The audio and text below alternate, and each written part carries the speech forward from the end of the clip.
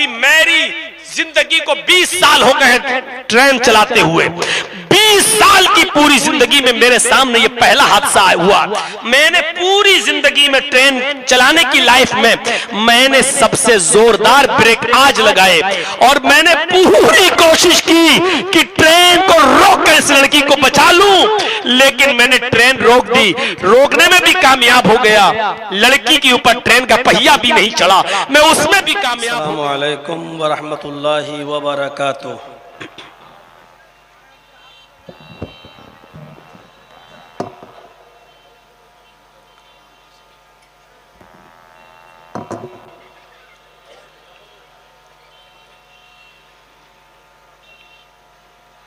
अल्हम्दुलिल्लाह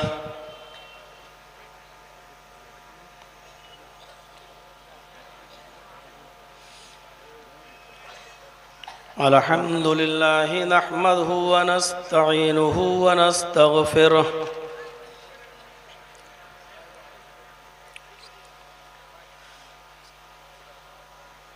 व नऊज़ु बिल्लाहि मिन शुरूरि अनफुसिना व मिन सय्यिआति अअमालिना।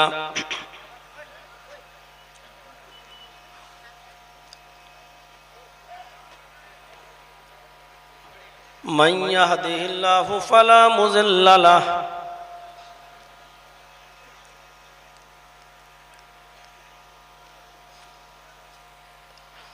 व मन युज़लिल्हु फला हादिय लहु।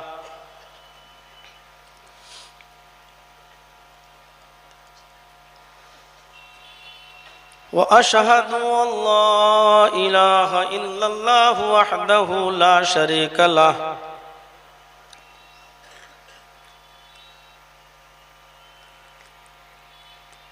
व अशहदु अन्न मुहम्मदन अब्दुहु व रसूलुहु।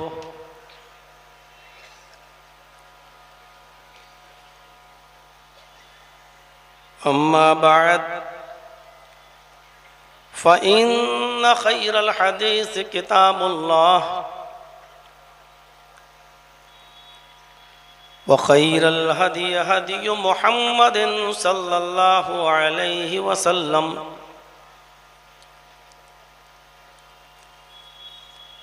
व शर्रुल उमूरि मुहदसातुहा व कुल्लु मुहदसतिन बिदअह व कुल्लु बिदअतिन ज़लालह व कुल्लु ज़लालतिन फिन्नार।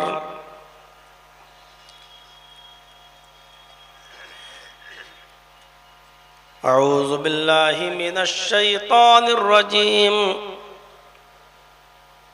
बिस्मिल्लाहिर रहमानिर रहीम।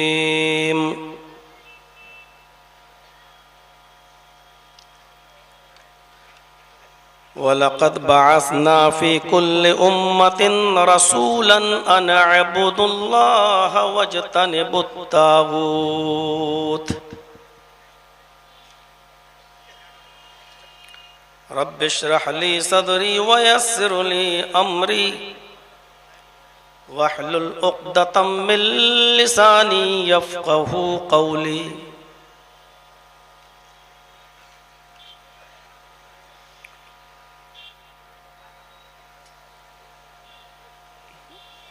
स्टेज पर तशरीफ़ फरमा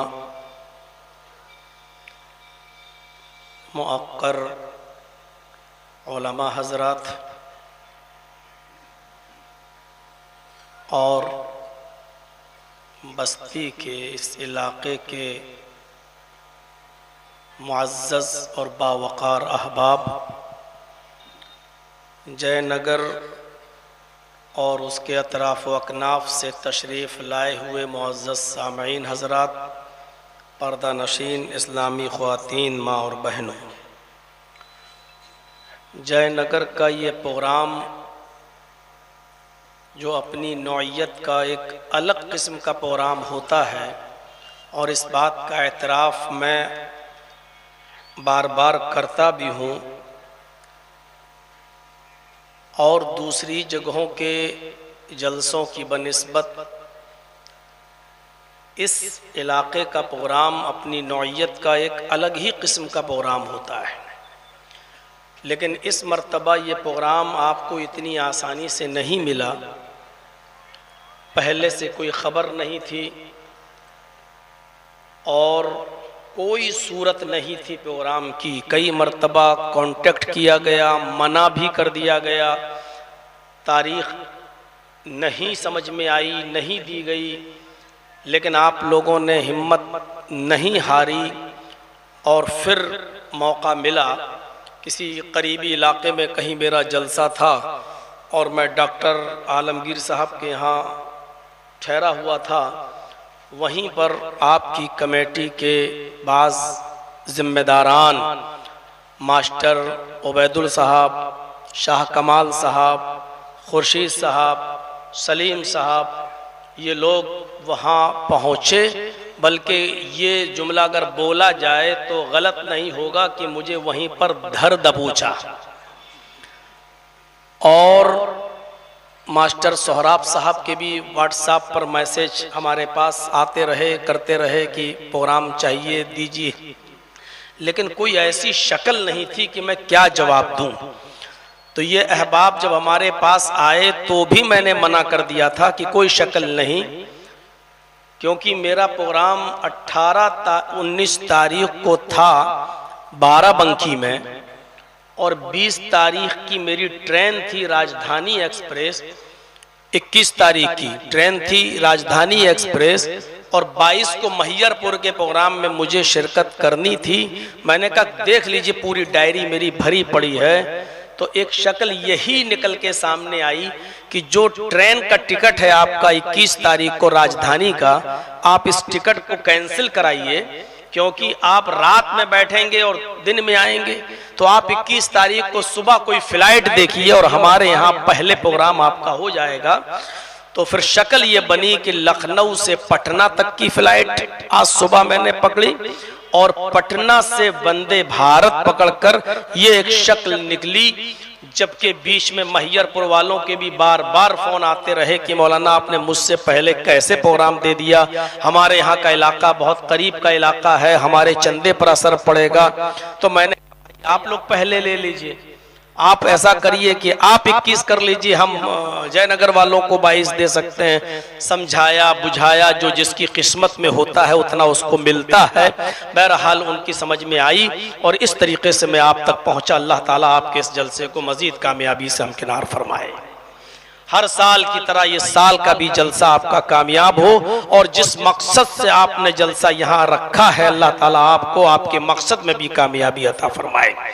और मैं ये भी दुआ करूंगा कि महियरपुर वालों के लिए भी कि अल्लाह तबारक व ताला उनके जलसे में भी जिस मकसद से वो कर रहे हैं उसमें खैर व बरकत से उनको भी नवाजे। मेरे भाइयों, जलसों का जो मकसद है या तो मस्जिद की तामीर या मदरसों की बका और मदरसों का खर्च, यही होता है। और ये दोनों चीज़ें ज़रूरी हैं।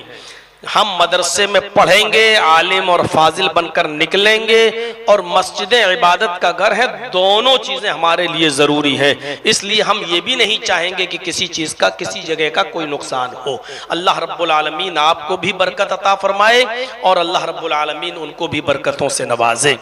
जो लोग प्रोग्राम लिए और जिस तरीके से भी जिन लोगों ने कांटेक्ट किया, अल्लाह रब्बुल आलमीन उन सब के रिस्क में बरकत अता फरमाए, रोजी रोटी में बरकत अता फरमाए, कारोबार में बरकत अता फरमाए, रिज़्क़ हलाल में बरकत अता फरमाए और दिन दूनी रात चौगनी तरक्की अता फरमाए। मेरे भाइयों, आज के इस खिताब में मैं आपके सामने जो टॉपिक उठा रहा हूं वो टॉपिक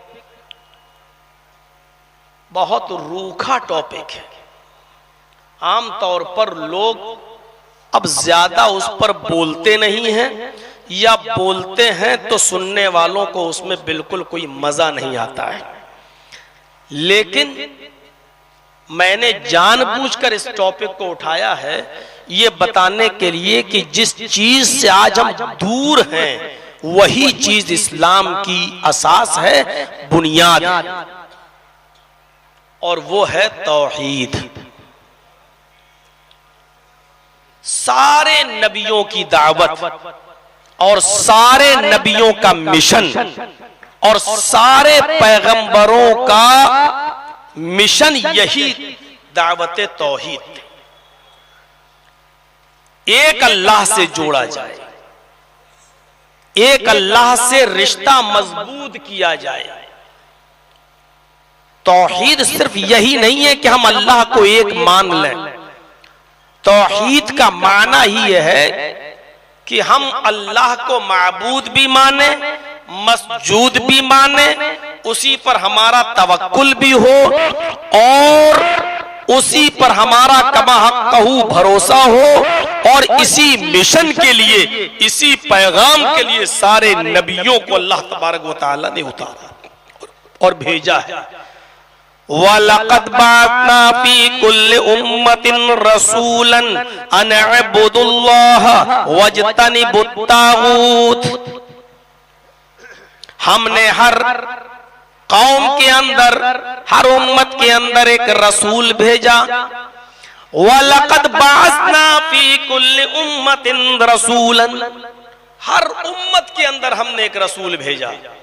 इस बात को जहन में रखिए कि हर कौम में, हर उम्मत में एक रसूल आया और उस रसूल की दावत क्या थी, उस रसूल का पैगाम क्या था, अनअब्दुल्लाह, आए लोगों एक अल्लाह की इबादत करो, उसी की पूजा करो, उसी की परिस्तिश करो, उसी की भक्ति करो, उसके अलावा तुम्हारा कोई माबूद नहीं है। अल्लाह तबारक व तआला ने मुहम्मद रसूलुल्लाह सल्लल्लाहु अलैहि वसल्लम को भी हुक्म दिया कि आप भी अहले किताब को निमंत्रण दो, उनको दावत दो, उनको बुलाओ। और किस अंदाज से बुलाओ, क़ुल या अहलल किताबी तालौ इला कलिमतिन सवाइन बैनना व बैनकुम अल्ला नअबुदा इल्लल्लाह। ऐ मोहम्मद सल्लल्लाहु अलैहि वसल्लम, आप ऐलान कर दीजिए, अनाउंसमेंट कर दीजिए, आए अहले किताब, आए यहूद व नसारा, आए वो लोगों जिनको किताब दी गई है, आओ एक ऐसे कलमे की तरफ, तालौ इला कलिमतिन सवाइम बैनना व बैनकुम, आओ एक ऐसे मूल मंत्र की तरफ, आओ एक ऐसे कलमे की तरफ जो हमारे और तुम्हारे दरमियान बराबर है। और वो कलमा क्या है, जो सबका कलमा एक है, अल्लाह नअबुदा इल्लल्लाह। वो कलमा क्या है कि हम अल्लाह के अलावा किसी की इबादत नहीं करेंगे, अल्लाह के अलावा किसी को अपना माबूद नहीं समझेंगे।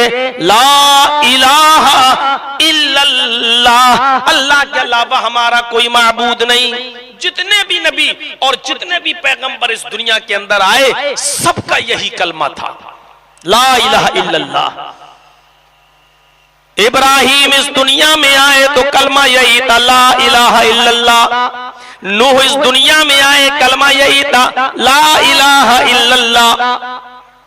मूसा इस दुनिया में आए, कलमा यही था, ला इलाहा इल्लल्लाह। ईसा इस दुनिया में आए, कलमा यही था, ला इलाहा इल्लल्लाह। मुहम्मदुर रसूलुल्लाह इस दुनिया में आए तो उनका भी कलमा यही था, ला इलाहा इल्लल्लाह। अल्लाह के अलावा कोई माबूद नहीं। मेरे भाइयों, हम भले ही इस जुमले को मामूली समझें और इसको ज्यादा अहमियत न दें, ला इलाहा इल्लल्लाह, ला इलाहा इल्लल्लाह क्या है, बस सब पढ़ते हैं ला इलाहा इल्लल्लाह।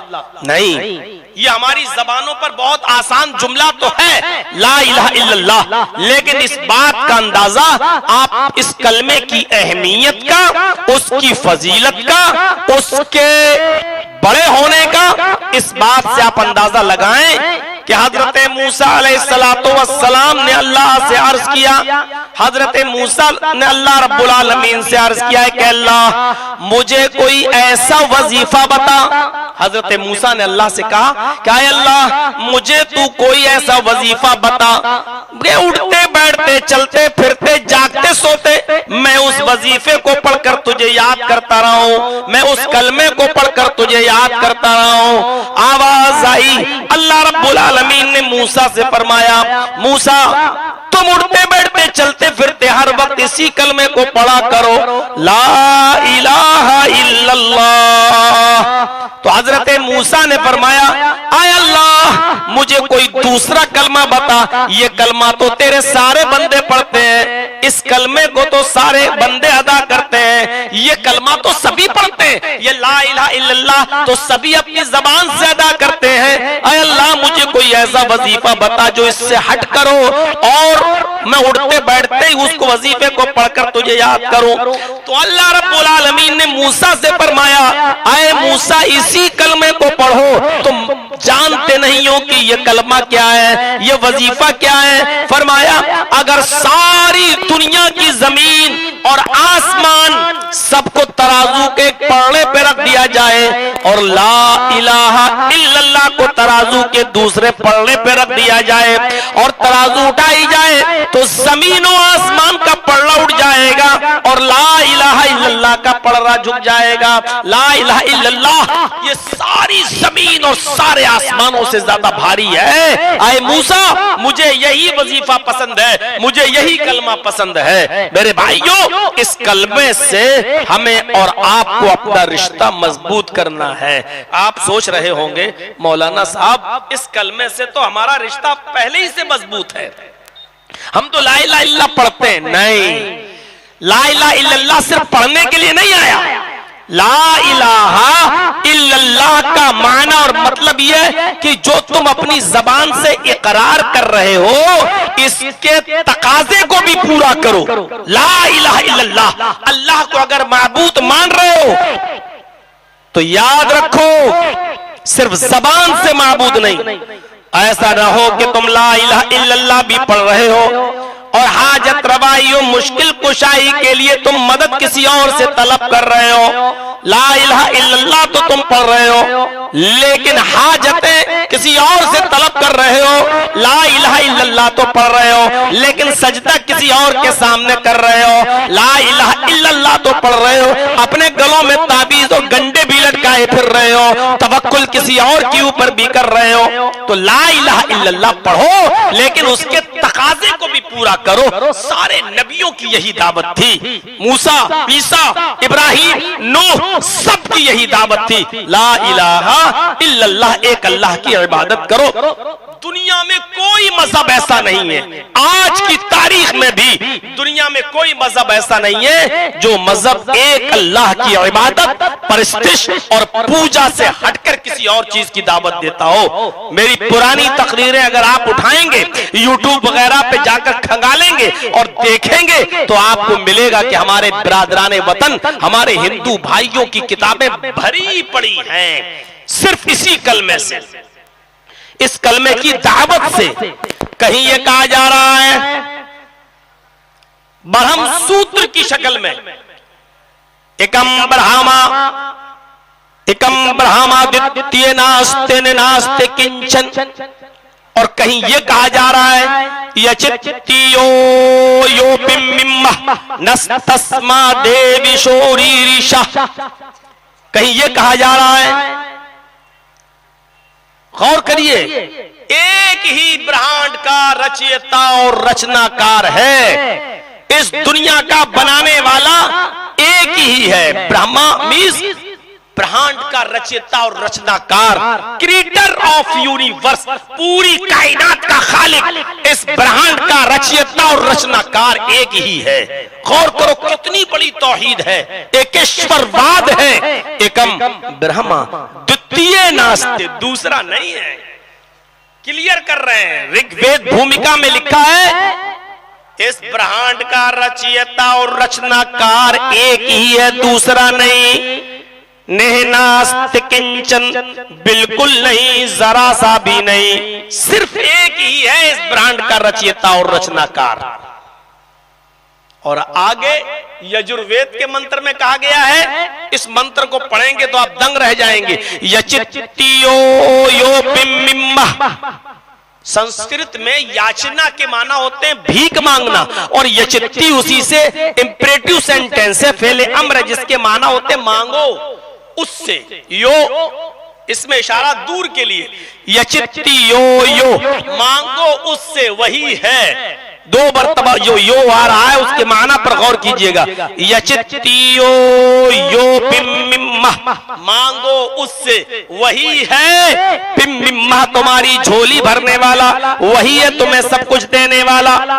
यानी उसी से मांगो, वही सब कुछ तुम्हें देने वाला है, तुम्हारी झोली भरने वाला है, तुम्हारे दामन को भरने वाला है। और आगे बहुत स्पष्ट शब्दों में कहा गया, नस्तस्मा देविशोरी ऋषा, नस्तस्मा देविशो, कोई भी देवी देवता नहीं है उसके अतिरिक्त, उसके अलावा री ऋषा जो तुम्हें कुछ भी दे सके, नस्तस्मा देविशो री ऋषा, उसके अलावा कोई भी देवी देवता तुम्हें कुछ भी नहीं दे सकता है।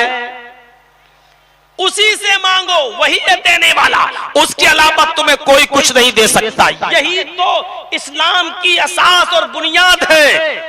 ये इसी दावत से तो जोड़ा था सबने, उसी से मांगो, वही सब कुछ देने वाला है, उसके अलावा तुम्हें कोई कुछ नहीं दे सकता।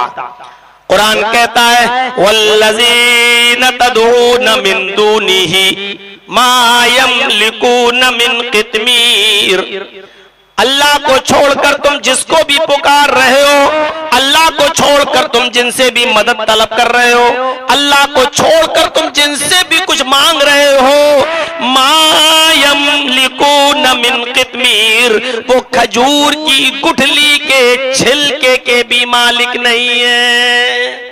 कहां पहुंचा दिया अल्लाह तबारक व तआला ने। तुम जिनको भी कुछ समझ रहे हो ना, उनकी हैसियत यह है कि वो खजूर की गुठली के छिलके के भी, एक तो होती है खजूर, खजूर तो बहुत बड़ी चीज हो गई, फिर होती है खजूर को निकाल लो गुठली, गुठली भी बहुत बड़ी चीज हो गई। गुठली के ऊपर भी एक हल्का सा परत होता है, ऐसे करेंगे आप, नाखून मारेंगे तो हल्का सा छिलका झिल्ली निकलेगी। अल्लाह कहता है, अल्लाह को छोड़कर तुम जिनको भी पुकार रहे हो, जिनसे भी मांग रहे हो, ये खजूर की गुठली के छिलके के भी मालिक नहीं है। कहां पहुंचा दिया। फिर फरमाया एक जगह, वला तदू मिन दूनिल्लाही मा ला यनफउका वला यजुर्रुक फइन फअलत फइन्नका इज़म मिनज़ ज़ालिमीन, अल्लाह को छोड़कर तुम किसी को मत पुकारो, मा ला यनफउका, जो तुम्हें न नफा पहुंचा सकता है, वला यजुर्रुक, और तुम्हें नुकसान भी नहीं पहुंचा सकता है, न नफा दे सकता है न नुकसान पहुंचा सकता है।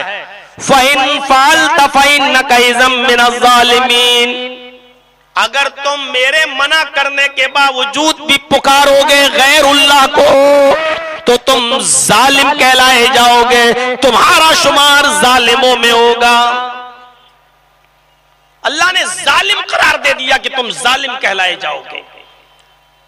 जरा अंदाजा लगाइए, ना अल्लाह के अलावा किसी से मांगना जायज है, ना अल्लाह के अलावा किसी के सामने सर झुकाना जायज है। आप को एक रामायण, वाल्मीकि जी की रामायण है, दो रामायण है, एक तो है तुलसीदास जी की रामायण जिसका नाम है रामचरितमानस, और एक है वाल्मीकि रामायण। सबसे ज्यादा पुरानी रामायण वही है, वाल्मीकि रामायण। वाल्मीकि रामायण में ये लिखा हुआ है कि जब रावण ने सीता का हरण किया और लेकर गया, और हनुमान और लक्ष्मण जब सीता को रावण के चंगुल से बचाकर लाए, तो रामचंद्र जी के सामने जब प्रस्तुत कर दिया कि लीजिए हम आपकी पत्नी को ले आए, तो रामचंद्र जी की पत्नी सीता जी ने अपने राम के प्रणाम किया, उनको झुका और पैर छूना चाहा। तो सीता जी जब राम के पैर छूने लगी, अपने पति के पैरों पे गिरने लगी, तो रामचंद्र जी ने अपने पैर नहीं छूने दिए।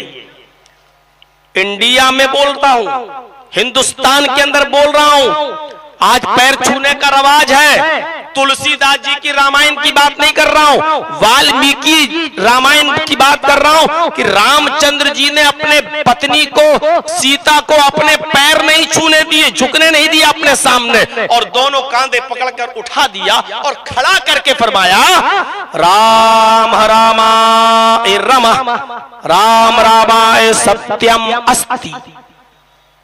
ये वो वर्ड है जो रामायण के अंदर, वाल्मीकि रामायण में आज भी लिखे हैं, राम रामाय नमः। हाय सीता, अपने राम को नमस्कार मत करो, अपने राम को प्रणाम मत करो, अपने राम के सामने मत झुको। राम रामाय संस्कृत में जब रामा के आगे आय आ जाए तो उसका माना होता है का, के, को और आगे लिए, का लिए, के लिए, को लिए। तो राम रामाय नमः, राम के राम को या राम के लिए, यानी अपने राम को नहीं बल्कि उस राम को नमस्कार करो, उस राम के सामने झुको जो तेरे राम का भी राम है।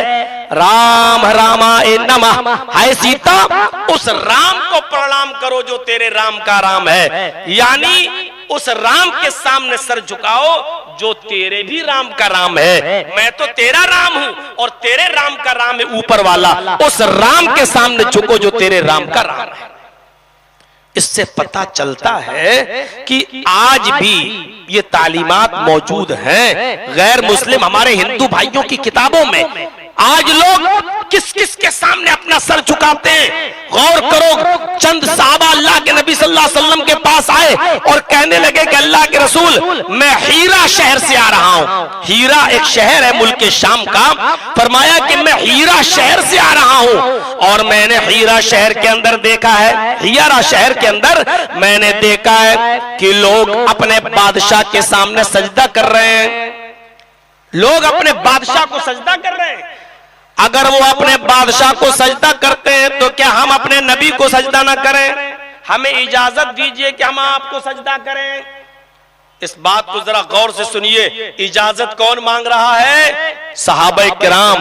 और इजाजत किससे मांग रहे हैं? मुहम्मदुर रसूलुल्लाह सल्लल्लाहु अलैहि वसल्लम से। और दलील क्या दे रहे हैं कि मैं हीरा शहर से आ रहा हूं और हीरा शहर के अंदर मैंने देखा कि वहां के लोग अपने बादशाह को सजदा करते हैं। अल्लाह के नबी, आप तो अल्लाह के पैगंबर हैं, आप तो अल्लाह के रसूल हैं, आप तो नबी अल्लाह हैं, तो क्या मैं आपको सजदा ना करूं?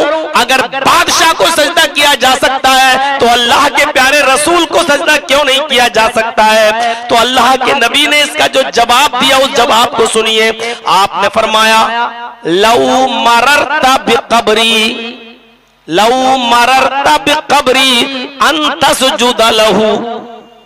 मेरे सहाबियों, क्या तुम मेरी कब्र के पास से गुजरोगे तो क्या उसको सजदा करोगे? सवाल जिंदगी में हो रहा है और जवाब अल्लाह के रसूल इंतकाल के बाद का दे रहे। क्या तुम मेरी कब्र के पास से गुजरोगे तो क्या उसे सजदा करोगे? अच्छा, इस सवाल का इस जवाब से क्या ताल्लुक है? वो ये कह रहे हैं अल्लाह के रसूल, मुल्क शाम के हीरा के बादशाह के सामने सजदा हो रहा है, तो क्या मैं आपको सजदा ना करूं? मुझे इजाजत दीजिए मैं आपको सजदा करूं। और अल्लाह के नबी जवाब ये दे रहे हैं, क्या मेरी कब्र के पास से गुजरोगे, यानी अगर मेरा इंतकाल हो जाए और मेरी कब्र बन जाए तो क्या मेरी कब्र के पास से गुजरोगे तो क्या सजदा करोगे उसे? मतलब बिल्कुल साफ है, मैं अपनी जिंदगी में तो तुम्हें रोक लूंगा, अपनी जिंदगी में तो तुम्हें मना कर दूंगा, अपनी जिंदगी में तो मैं तुम्हें सजदा नहीं करने दूंगा अपने लिए, लेकिन इंतकाल के बाद कहीं ऐसा ना हो कि तुम मेरी कब्र पे आके सजदा करने लगो, मेरी कब्र पे आके माथा टेकने लगो, मेरी कब्र पे आके सर झुकाने लगो। इसलिए अल्लाह के नबी को अपनी जिंदगी की फिक्र नहीं हुई, अपने इंतकाल के बाद अपनी कब्र की फिक्र हुई। जिंदगी में तो मैं रोक ही लूंगा, भाई कोई आदमी अभी जर्जी साहब के सामने झुक जा, मैं क्या कर रहा है, मेरे पैर छूता है, अरे मैं भी तेरी तरह इंसान हूं, उठ। जिंदगी में तो मैं मना कर दूंगा, लेकिन अगर मेरी इंतकाल के बाद ये लोग मेरी कब्र पे आके सजदा करने लगे तो क्या होगा? तो आपने इंतकाल के बाद की खबर दी और फरमाया लऊ मररत बिक़ब्री अन तस्जुद लहू, अगर मेरी कब्र के पास से गुजरोगे तो क्या सजदा करोगे? उन्होंने कल्ला कालू ला, नहीं। आपने फरमाया फला तफालू, ऐसा करना भी नहीं, ऐसा करना भी नहीं। मेरे भाइयों, जब इंतकाल के बाद जनाबे मुहम्मदुर रसूलुल्लाह सल्लल्लाहु अलैहि वसल्लम की कब्र को सजदा नहीं किया जा सकता और नबी अकरम अपनी जिंदगी में अपनी कब्र को सजदा करने से मना कर गए हो, तो फिर नबी से बढ़कर कौन है? और नबी से ऊंची शख्सियत किसकी है? नबी से बढ़कर किसकी जात है जिसको सजदा किया जा सके? इस बात पर हमें और आपको गौर करना चाहिए, सबको, हर इंसान को सोचना चाहिए। और फिर आइए आपको एक पॉइंट की बात बताऊं। सीरत पढ़िए सारे नबियों की, सारे नबियों की सीरत पढ़िए। अल्लाह ने कुरान में तकरीबन 25 रसूलों का तस्करा किया है, 25 नबियों का जिक्र किया है कुरान में। आप 25 नबियों की सीरत पढ़ जाइए। अल्लाह ने कुरान में जितने नबियों का नाम लिया है, अल्लाह ने कुरान में जितने रसूलों का, नबियों का नाम लिया है, इस दुनिया में अल्लाह रब्बुल आलमीन ने उनकी परेशानियों का तस्करा भी कर दिया है। जितने भी नबी इस दुनिया में आए उनको परेशानियां भी आई और उन परेशानियों का जिक्र अल्लाह ने किया दुनिया वालों को यह बताने के लिए कि आए दुनिया वालों, देखो जिन नबियों रसूलों को तुम सजदा करते हो और जिनको तुमने खुदा का दर्जा दे रखा है, इन नबियों पर भी दुनिया में परेशानियां आई, इन नबियों पर भी दुनिया में मुसीबतें आई, इन नबियों पर भी दुनिया के अंदर बड़ी बड़ी परेशानियां आई, लेकिन इन नबियों ने, इन रसूलों ने अपनी परेशानियों का जिक्र अल्लाह से किया है और अपनी मुसीबतों का हल अल्लाह के पास तलाश किया है। यानी ये पैगंबर, ये रसूल अपनी परेशानियां खुद दूर नहीं कर सके तो तुम्हारी परेशानियां क्या दूर करेंगे? एक तरफ से देखते हुए चलिए, एक तरफ से देखते हुए चलिए।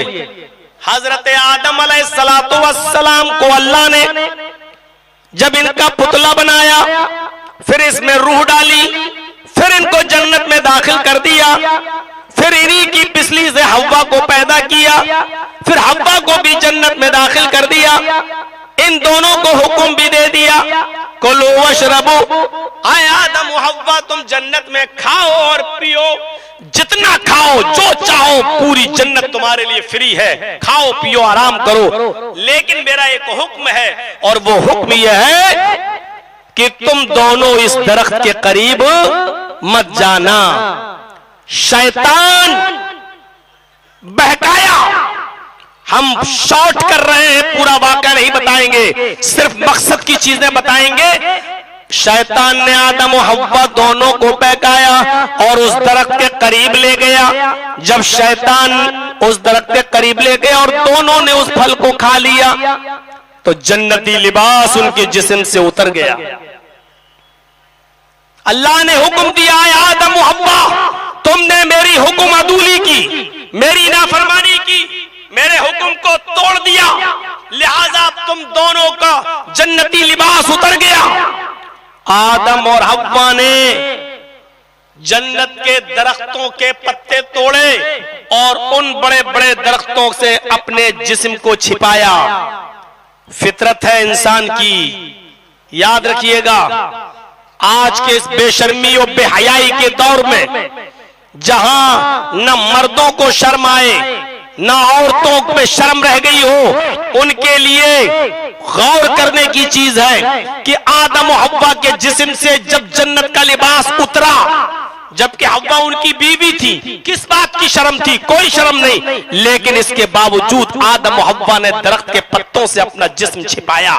शर्म और हया इंसान की फितरत में दाखिल होना चाहिए, क्योंकि आदम और हव्वा का जब जिस्म नंगा हुआ और जन्नती लिबास उतरा तो हजरत आदम और हव्वा ने दरख्त के पत्तों से, जन्नत के दरख्त के पत्तों से अपना जिस्म छिपाया। ये शर्म और हया इंसान की फितरत में शामिल है। आज के इसमें हयाई के दौर में मर्द भी देखें, औरतें भी गौर करें। आज उनके ड्रेस, उनके लिबास, उनके कपड़े आज किस हद तक बढ़ाना हो चुके हैं। बोलो, किस हद तक उनके कपड़े उतर चुके हैं उनके जिस्म से और शॉर्ट हो गए हैं उनके जिस्म से। गौर करें मेरे भाइयों। फिर आदम और हव्वा दोनों को जन्नत से निकाल दिया गया, दुनिया के अंदर दाखिल किया गया, भेज दिया गया। आदम अल्लाह के नबी हैं, अल्लाह ने भेज दिया। परेशानी आई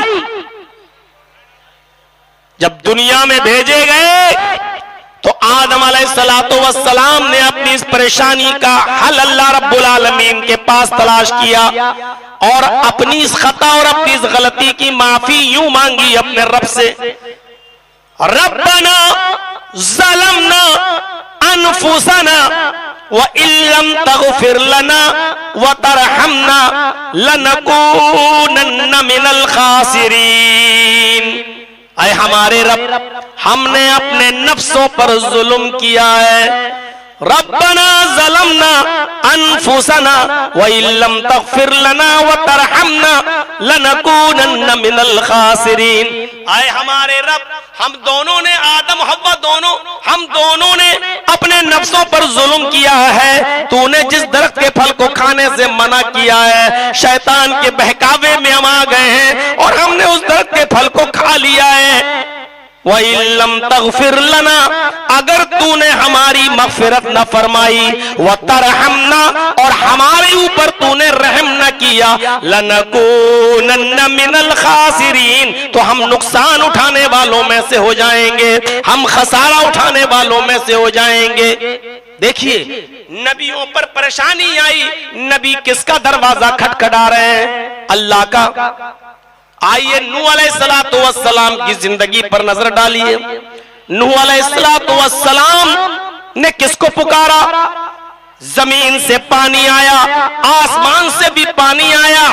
नूह अलैहिस्सलाम अपनी कौम के लिए बद्दुआ दे चुके हैं, रब्बी ला तज़र अलल अर्ज़ि मिनल काफिरीन दय्यारा। ऐ अल्लाह, मेरी कौम अब ईमान नहीं लाएगी। ऐ अल्लाह, मेरी कौम में किसी काफिर और फासिक और फाजिर के घर को भी बाकी मत छोड़ना। ऐ अल्लाह, सबको तू तबाह बर्बाद कर दे। रब्बी ला तज़र अलल अर्ज़ि मिनल काफिरीन, ऐ अल्लाह, सारे काफिरों को छोड़ना मत। ऐ अल्लाह, इनको हलाक और बर्बाद कर दे। अगर एक को भी तूने बाकी छोड़ दिया तो फासिक और फाजिर औलाद ही पैदा होगी। लेकिन हालत ये कि नूह अलैहिस्सलातु वस्सलाम का बेटा खुद पहाड़ के ऊपर चढ़ गया। नूह अलैहिस्सलाम ने देखा कि पानी बढ़ता जा रहा है तो अपने बेटे से कहने लगे, आए मेरे बेटे, मेरी कश्ती में आ जा। आए मेरे बेटे, ईमान लिया। आए मेरे बेटे, अल्लाह को अपना माबूद मान ले, ला इलाहा इल्लल्लाह का इकरार कर ले, सर अल्लाह के सामने झुकाने वाला बना ले अपने आप को और आजा मेरी कश्ती में। कहने लगा, बिल्कुल नहीं, नहीं, नहीं आ सकता मैं आपकी कश्ती में। हम पहाड़ पे चढ़ जाएंगे, देखे पहाड़ तक पानी कैसे आता है। वो पहाड़ पे चढ़ गया। औलाद की मोहब्बत अच्छे अच्छों को गाफिल कर देती है। औलाद की मोहब्बत अच्छे अच्छों का ईमान भी खराब कर देती है। नूह अलैहिस्सलाम ने देखा पानी पहाड़ तक चढ़ गया और आज मेरा बेटा बचेगा नहीं, तो नूह अलैहिस्सलाम ने अल्लाह को पुकारा, फरमाया, आय अल्लाह, ये मेरा बेटा है। अल्लाह, ये मेरा बेटा है। पानी ऊपर तक चढ़ जाएगा, डूब के मर जाएगा। अल्लाह, मेरे बेटे को बचा ले। नूह अलैहिस्सलाम ने किसको पुकारा? अल्लाह को। लेकिन अल्लाह ने जवाब क्या दिया? अल्लाह ने जवाब क्या दिया? इन्नहु लैसा मिन अहलिक, आए नूह, आज बेटा कह दिया, आइंदा अगर अपनी औलाद को कभी बेटा कहकर पुकारा तो नबूवत छीन लूंगा। ये तुम्हारा बेटा है, तुम्हारी बात नहीं मानता, मेरी तौहीद का इकरार नहीं करता, तुम्हारे अहलो अयाल से नहीं है, नहीं सुनूंगा तुम्हारी। आज तुम्हारे बेटे को मरना है। और नूह अलैहिस्सलातु वस्सलाम की औलाद, नूह का बेटा नूह अलैहिस्सलाम की आंखों के सामने डूब के मर गया। मेरे भाइयों, बताना सिर्फ इतना था, बताने का मकसद सिर्फ यह है कि मुसीबत आई बेटे पर तो नूह ने किसको पुकारा? अल्लाह को। लेकिन अल्लाह ने भी नूह की नहीं सुनी। कोई जरूरी नहीं कि अल्लाह नबी की भी सुन ले, कोई जरूरी नहीं। अल्लाह के ऊपर किसी का प्रेशर बन नहीं सकता, अल्लाह के ऊपर कोई दबाव कोई बना नहीं सकता। कितना भी अकीदा रख लो, हम जिसके मुरीद हैं भाग दौड़ के हमें अल्लाह के अजाब से बचा लेगा। अल्लाह के ऊपर किसी का प्रेशर नहीं बनता, अल्लाह किसी के दबाव में नहीं आता। अल्लाह अपनी मर्जी का मालिक, अल्लाह के ऊपर कोई दबाव नहीं डाल सकता है, कोई प्रेशर। शिफात करेंगे अल्लाह के रसूल, लेकिन कब? जब अल्लाह इजाजत देगा। वला यशफउ इंदहु इल्ला बिइज़्निही। अल्लाह के सामने कोई सिफारिश करने की भी हिम्मत नहीं करेगा कयामत के दिन, मगर जिसको अल्लाह इजाजत दे। अल्लाह के रसूल भी सिफारिश करना चाहेंगे तो नहीं कर पाएंगे, लेकिन जब अल्लाह इजाजत देगा तब अल्लाह के रसूल सिफारिश कराएंगे। अल्लाह ने इजाजत दी, ठीक है, तब अल्लाह के नबी कहेंगे अल्लाह इनको बख्श दे इनको। तो अल्लाह की मर्जी, अल्लाह जितने लोगों को चाहेगा उतनों को बख्श देगा, सबको बख्श दे ये मुमकिन नहीं। वो चाहे तो बख्श सकता है सबको, लेकिन जरूरी नहीं कि वो सबको बख्शे। अल्लाह के नबी जितनों को चाहे उतनों को जन्नत में ले जाए, ये भी जरूरी नहीं। अल्लाह के नबी सिर्फ सिफारिश करेंगे, अल्लाह जितनों को चाहेगा उतनों को बख्श देगा। मेरे भाइयों, इस तौहीद को याद रखिएगा। अभी आ रहे हैं एक दो वाकयात और। नूह अलैहिस्सलाम ने कि बेटे पर मुसीबत आई, नूह ने किसको पुकारा? अल्लाह को। और अल्लाह ने इसके बावजूद नूह की नहीं सुनी, डूब के मर गया नूह का बेटा नूह के सामने। इब्राहीम अलैहिस्सलातु वस्सलाम की जिंदगी पर नजर डालो। इब्राहीम अलैहिस्सलातु वस्सलाम की जिंदगी पर नजर डालो। नमरूद के सामने खड़े और हुज्जत हो रही है, बहस हो रही है। अलम तरा इलल्लज़ी हाज्जा, गौर करो है? क्या नक्शा खींचा कुरान ने। आए इब्राहिम, क्या उसको नहीं देखा जो आपसे बहस कर रहा था अल्लाह के सिलसिले में? नमरूद। और नमरूद कौन है? कौन है? पूरी दुनिया पर हुकूमत करने वाला। दो काफिर पूरी दुनिया पर हुकूमत किए हैं, दो मुसलमानों ने भी पूरी दुनिया पर हुकूमत की है।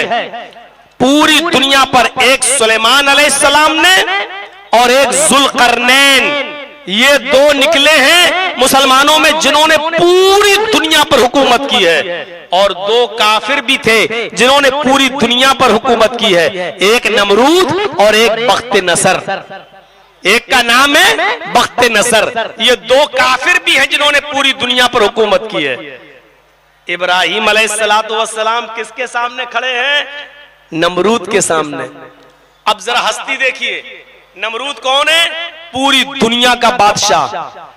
अरे कोई गांव का सरपंच नहीं है नमरूद, किसी गांव का सरपंच नहीं, मुखिया नहीं, एमएलए नहीं, एमपी नहीं, डीएम नहीं, मजिस्ट्रेट नहीं, चीफ मिनिस्टर भी नहीं, और किसी मुल्क का बादशाह भी नहीं, बल्कि पूरी दुनिया पर हुकूमत करने वाला कौन? नमरूद। और इब्राहीम अलैहिस्सलाम उसके सामने। देख रहे हैं, तौहीद इंसान के अंदर ये बहादुरी और ये जुर्रत पैदा कर देती है। इब्राहीम अलैहिस्सलाम उससे कह रहे हैं, नमरूद उनके सामने। इब्राहीम अलैहिस्सलाम ने नमरूद से कहा, रब्बी अल्लज़ी युही व युमीत, मेरा रब तो वो है जो जिंदगी देता है और मौत देता है। मेरा रब तो वो है जो जिंदगी देता और मौत देता है। तो नमरूद ने इसके जवाब में क्या कहा? अना ओही व उम्मीद, मैं भी तो जिंदगी देता हूं और मैं भी तो मौत देता हूं। इब्राहिम अलैहिस्सलाम ने कहा कैसे? मोटी अकल थी। उसने क्या किया?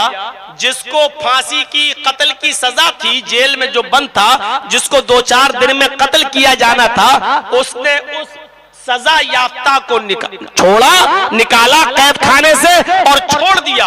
कहा देखो, जिसको मौत की सजा थी मैंने उसको छोड़ दिया, और एक बेकसूर, एक बेगुनाह आदमी को लाया, पकड़ा और उसको कत्ल कर दिया। और इब्राहिम से कहा देखो, मैंने एक आदमी को कत्ल कर दिया, मैं भी जिसको चाहूं मार सकता हूं और जिसको चाहूं जिंदगी दे सकता हूं। अना उही व उम्मीद, मैं भी जिंदगी देता हूं और मैं भी मौत देता हूं। इब्राहिम अलैहिस्सलाम समझ गए इसकी मोटी खोपड़ी है, यह ऐसे नहीं समझेगा। तो फौरन इब्राहिम अलैहिस्सलाम ने फौरन क्या कहा? नहीं, आए नमरूद, मेरा रब वो है, मेरा अल्लाह तो वो है जो मशरिक से सूरज को निकालता है, पूरब से सूरज को निकालता है और पश्चिम में डुबोता है, मगरिब में डुबोता है। अगर तू अपने आप को रब कहता है, तू अपने आप को खुदा कहता है, तू अपने आप को अल्लाह कहलवाता है, तू अपने आप को मालिकुल मुल्क समझता है, तो इसका उल्टा करके दिखा। मेरा रब वो है जो सूरज को मशरिक से निकालता है और मगरिब में डुबोता है। तू मगरिब से निकाल कर मशरिक में डुबो दे, मैं तुझे खुदा मान लूंगा। फबुहितल्लज़ी कफर, इतना कहना था कि उस नमरूद की आंखें फटी की फटी रह गई। इब्राहिम ने हमसे किस चीज का मुतालबा कर लिया? याद रखिए, इब्राहिम अलैहिस्सलाम किसी गांव के सरपंच, किसी गांव के मुखिया का मुकाबला नहीं कर रहे हैं, बल्कि अकेले तने तना पूरी दुनिया के बादशाह के सामने खड़े होकर उसको ललकार रहे हैं। यह तौहीद की ताकत होती है, यह तौहीद हिम्मत पैदा करती है। आप अपने बाप के सामने तौहीद जिंदा नहीं कर सकते हो, आप अपनी बीवी के साथ तौहीद जिंदा नहीं कर सकते हो, आप अपने घर में तौहीद का ऐलान नहीं कर सकते हो। हमें ये चीज पसंद तो आ रही है, लेकिन अगर आज मैंने एक अल्लाह की से मांगना शुरू कर दिया तो हमारी बहन की शादी कैसे होगी, हमारे बच्चों की शादी कैसे होगी, हमारे गांव के लोग हमें पंचायत से बाहर कर देंगे। अगर हमने मजहब बदल दिया, मसलक बदल दिया, एक अल्लाह की इबादत करने वाले और एक अल्लाह से मांगने वाले अगर बन गए, तो हमारी बेटी और हमारी बहनों की शादियों का क्या होगा? आज इस शर्म की वजह से हम सही चीज कबूल नहीं कर पाते हैं। इब्राहिम अलैहिस्सलाम किसी मामूली आदमी का मुकाबला नहीं कर रहे हैं, बल्कि पूरी दुनिया के बादशाह के सामने अकेले खड़े हैं। नमरूद ने आग की तैयारी की और आग में डाला जा रहा है। इब्राहिम अलैहिस्सलाम को चरखी डाल दी गई, झूले पे लटका दिया गया, आग में डाला जा रहा है। इब्राहिम अलैहिस्सलाम को जब आग में डाला जा रहा है, ये मुसीबत इब्राहिम अलैहिस्सलाम के ऊपर आती है। इस मुसीबत में भी इब्राहिम अलैहिस्सलाम अल्लाह को पुकारते हैं। इस मुसीबत में भी इब्राहिम अलैहिस्सलाम अल्लाह को पुकारते हैं। कुल्ना या नारू कूनी बरदन व सलामन अला इब्राहिम। इब्राहिम अलैहिस्सलाम ने दुआ की, अल्लाह ये नमरूद मुझे आग में डाल रहा है, अगर मैं सच्चा हूं, अगर मैं बरहक हूं, तेरे राह में अगर मैं सही तौर पर लड़ रहा हूं, तो अल्लाह तू मेरी हिफाजत फरमा। ऊपर से हुक्म होता है, आए आग तू ठंडी हो जा मेरे बंदे इब्राहिम पर।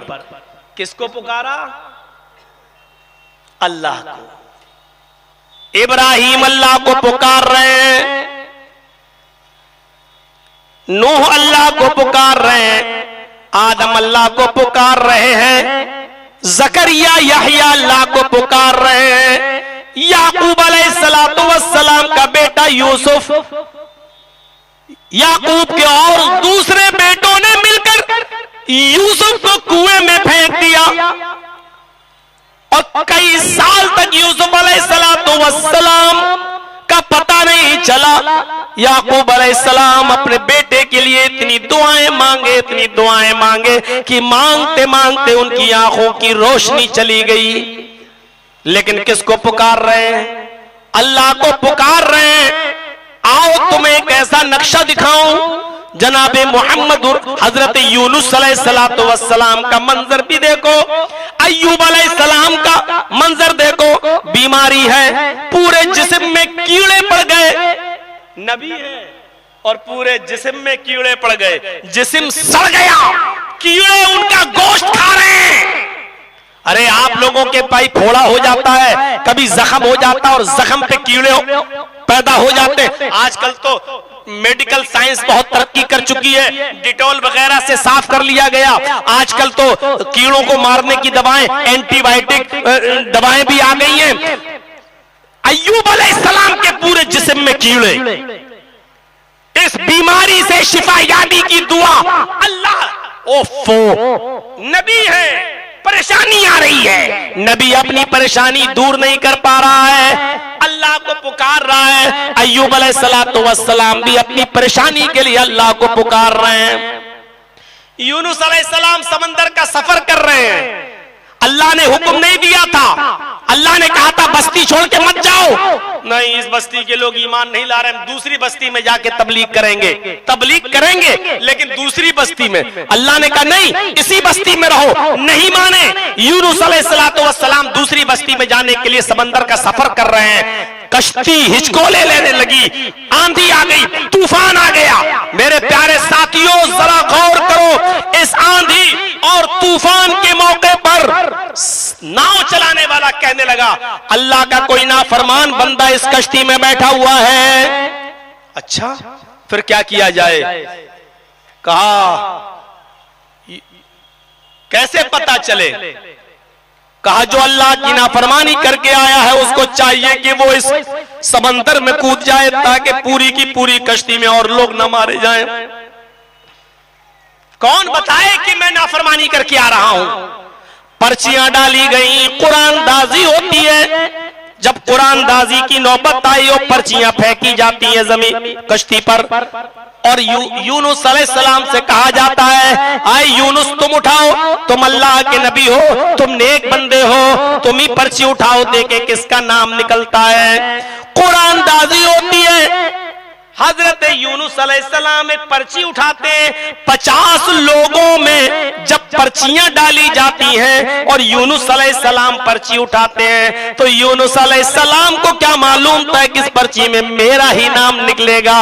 जैसे ही पर्ची खोली जाती है, यूनुस अलैहिस्सलाम का नाम आता है। अल्लाह ने ये जाहिर कर दिया है, यही है जो मेरे हुक्म के बगैर कश्ती में बैठा हुआ है। सारे के सारे लोगों ने मिलकर यूनुस अलैहिस्सलाम को समंदर में फेंक दिया। इधर समंदर में फेंका, कुरान क्या कहता है? फल्तकमहुल हूत, उधर मछली ने उनको अपने पेट में निगल लिया। बड़ी मछली। जो लोग समंदर का सफर करते हैं, हवाई पानी के जहाज वगैरह से गए होंगे हज करने पुराने जमाने के लोग, उनको मालूम होगा समंदर में कितनी कितनी बड़ी मछलियां होती हैं। पूरे पूरे जहाज को भी पलट देती हैं, इतनी बड़ी बड़ी मछलियां। मेरे भाइयों, एक मछली ने यूनुस अलैहिस्सलातु वस्सलाम को निगल लिया। यूनुस अलैहिस्सलाम मछली के पेट में है। 3 दिन 3 रात यूनुस मछली के पेट में रहे। यूनुस अलैहिस्सलाम के ऊपर मुसीबत आई। नबी है और मुसीबत, अपनी मुसीबत खुद दूर नहीं कर पा रहे हैं। अपनी मुसीबत को दूर करने के लिए अल्लाह को पुकार रहे हैं और क्या दुआ कर रहे हैं? कुरान पढ़िए, ला इलाहा इल्ला अंता सुब्हानका इन्नी कुन्तु मिनज़ ज़ालिमीन। ला इलाहा इल्ला, नहीं है कोई माबूद सिवाय तेरे, सुब्हानका तेरी जात पाक है, इन्नी कुन्तु मिनज़ ज़ालिमीन, बेशक मैं ही जालिमों में से हूँ। यानी तेरी नाफरमानी की है, ऐ अल्लाह मैंने तेरा हुक्म नहीं माना, बेशक मैं ही जालिमों में से हूँ। ये दुआ पड़ी तब अल्लाह ताला ने उनको मछली के पेट से निकाला और मछली ने उनको खुशकी में जाकर अपने पेट से बाहर निकालकर उगल दिया। तो मेरे भाइयों गौर करो और गौर करो मेरे प्यारे साथियों, यूनुस पर मुसीबत आई तो यूनुस ने किसको पुकारा? ये तौहीद का मिशन है। खैर, आज इस जयनगर के अंदर जितने भी लोग मौजूद हैं, इस पैगाम को सुने। इतने बड़े बड़े नबी, इतने बड़े बड़े पैगंबर मुसीबतें खुद दूर नहीं कर पा रहे हैं, अल्लाह से शिकायत कर रहे हैं और अल्लाह इनकी मुसीबतों को दूर कर रहा है। नबियों की जिंदगी ये बतला रही है कि पैगंबरों ने भी अल्लाह ही को पुकारा। आइए जरा मोहम्मदुर रसूलुल्लाह के बारे में भी सुन लीजिए। अल्लाह के नबी ने किसको पुकारा? नबी की जिंदगी क्या कहती है? आप अंदाजा लगाइए। नमाजें पढ़ लीजिए, सजदों पे सजदे कर लीजिए, जितनी चाहो इबादतें कर लो, अगर तौहीद नहीं है, शिर्क पर अमल है हमारा और आपका, तो लाइना शरकता लयहबतन्ना अमलुक, अगर शिर्क करोगे तो तुम्हारे भी अमल बेकार हो जाएंगे। अल्लाह ने अपने नबी मोहम्मद रसूलुल्लाह से भी फरमा दिया, लाइना शरकता लयहबतन्ना अमलुक, आए मोहम्मद सल्लल्लाहु अलैहि वसल्लम, अगर आपने भी शिर्क किया तो आपके अमल भी बेकार हो जाएंगे। तौहीद और शिर्क एक साथ नहीं चल सकती है। मस्जिद में जाओ और कहो इहदिना सिरातल मुस्तकीम सिरातल लज़ीना अनअमता अलैहिम, आय अल्लाह तू हमको सीधा रास्ता दिखा। और फिर किसी चौखट पे जाके कहो कि बाबा तेरे दर पे आया हूं, झोला झोली भर के जाऊंगा, ये दोनों चीजें एक साथ जमा नहीं हो सकती है। अल्लाह को पुकारो तो इसका इनकार करो, अल्लाह ही को पुकारा जाएगा और अल्लाह ही से मांगा जाएगा। आपको बताऊं, अरे सुनिए, जंगे बद्र का मंजर मालूम है? जंगे बद्र का, आइए जरा सुन लीजिए हमसे भी। कितने सहाबा थे? 313। और काफिरों का लश्कर कितना था? 1000 से ज्यादा। आइए वो नक्शा दिखाने जा रहा हूं आपको कि दंग रह जाएं। 313 सहाबा और काफिर कितने? 1000 से ज्यादा। हर एक के मुकाबले में 3 से ज्यादा। कहां 313 और कहां 1000 से ज्यादा। और इन 1000 लोगों के पास तीर भी है, तलवार भी है, जीन भी है और घोड़े भी हैं। और सहाबाए किराम के पास तलवार है, लेकिन अपने आप को काफिरों के तीर से बचाने के लिए ढाल नहीं है। घोड़ा है तो जीन नहीं है, तीर है तो छोड़ने के लिए कमान नहीं है। मंजर देख रहे हैं आप, लेकिन इसके बावजूद लड़ने के लिए तैयार है। अल्लाह के रसूल ने इन 1000 काफिरों को देखा, मोहम्मद रसूलुल्लाह ने इन 1000 काफिरों को देखा और 313 निहत्थे मुसलमानों की तरफ नजर डाली। अब सुनिए, 313 निहत्थे मुसलमानों की तरफ नजर डाली तो आंखों में आंसू आ गए और सजदे में गिर गए। नोट करिए, अल्लाह के नबी सल्लल्लाहु अलैहि वसल्लम सजदे में गिर गए और अल्लाह को पुकार कर ये दुआ मांगी, अल्लाह से ये दुआ की। किसको पुकार रहे हैं? अल्लाह को। कौन? मोहम्मद रसूलुल्लाह सल्लल्लाहु अलैहि वसल्लम। और दुआ के अल्फाज क्या हैं? अल्लाहुम्मा ला तुहलिक हाज़िहिल असाबा इन तहलिक हाज़िल असाबा लन तुअबद बअदल यौमि क़त्तु। इन दुआओं पर, इस दुआ पर जरा गौर करो। अल्लाहुम्मा ला तुहलिक हाज़िल असाबा, ऐ अल्लाह इस मुट्ठी भर जमात को हलाक न करना। ऐ अल्लाह ये 313 मुसलमान सहाबा, इनको तू बर्बाद मत कर देना, इनको तू हलाक मत कर देना।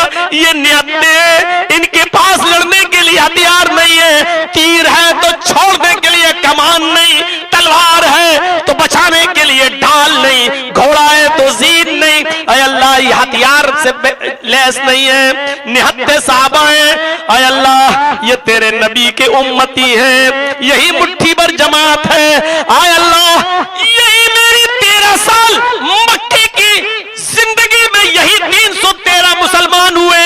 ऐ अल्लाह अगर आज ये मुट्ठी भर जमात हलाक हो गई, इन तहलीक हाज़िल असाबा लन तुअबद बादल यौमी कत्तु।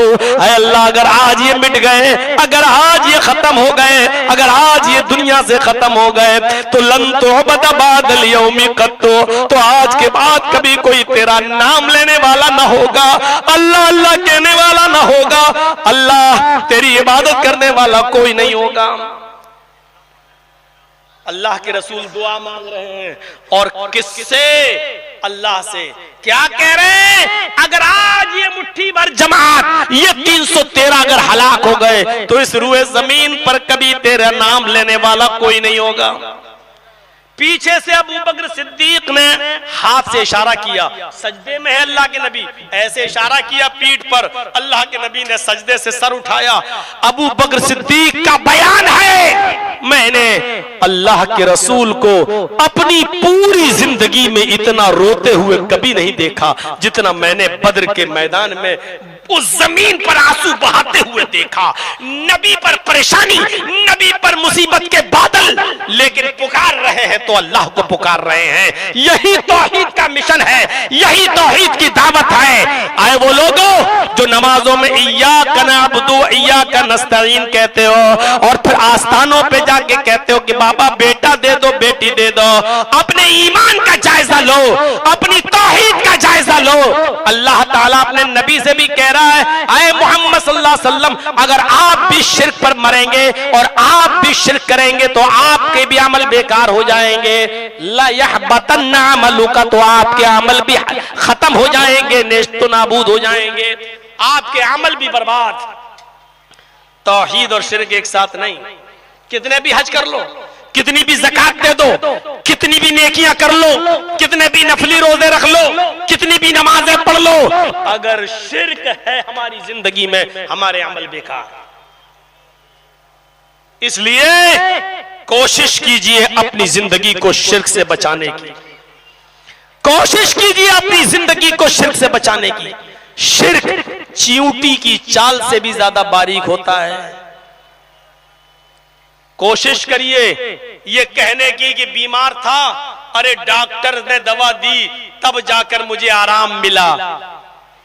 कोशिश करिए ये जुमला आपकी जबान से न निकले, बल्कि ये जुमला निकले, बहुत बीमार था, अल्लाह ने मेरे दिल में डाला, उस डॉक्टर से दवा लेके आया, अल्लाह ने उस डॉक्टर की दवा के जरिए मुझे शिफा अता फरमाई है। ये जुमले निकले हमारे मुंह से।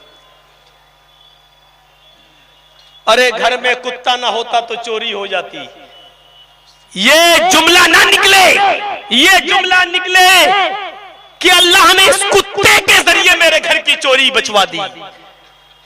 शिर्क चींटी की चाल से ज्यादा बारीक है। फला डॉक्टर ने मेरी जिंदगी बचा ली। ऐसे शिर्क से अपने आप को बचाइए मेरे भाइयों।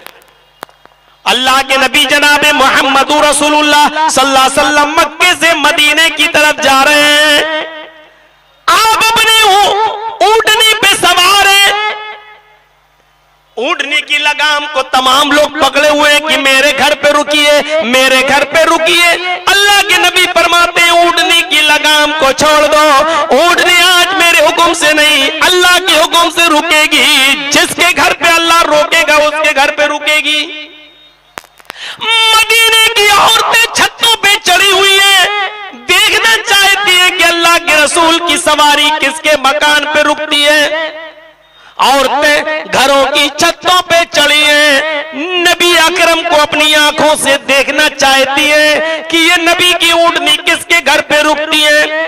उसी मदीने में छोटी छोटी बच्चियां ढोल बजा रही हैं, दफ बजा रही हैं, 5-5 साल की बच्चियां हैं, 6-6 साल की बच्चियां हैं, दफ बजाते हुए कह रही है तलल बद्रु अलैना मिन सनयातिल बदाई वजब शुक्र अलैना मा दालिल्लाहि दाई।